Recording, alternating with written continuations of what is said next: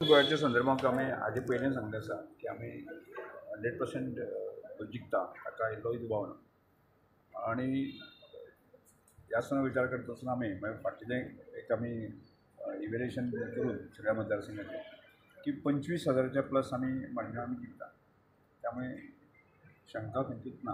काणकोण कितली दिता तुमची? काणकोण नियर बाय आमी एक 10,000पेक्षा म्हणजे 9,000पेक्षा तरी कमी स्पर्धा जिखता आमी 10,000पेक्षा प्लस लीड आमी काणकोण मतदारसंघात त्यामुळे ओवरऑल जर पळयलें सावर्डे सांगें काणकोण फोंडा फोंड्याचे तीन मतदारसंघ आनी सावर्डे सांगें आनी काणकोण म्हणटात की थोडीशी आमकां जे मायनस वतले आमी जे सालसेजीक आसा ते आमी सहजपणे ते रिकॉर्ड करता.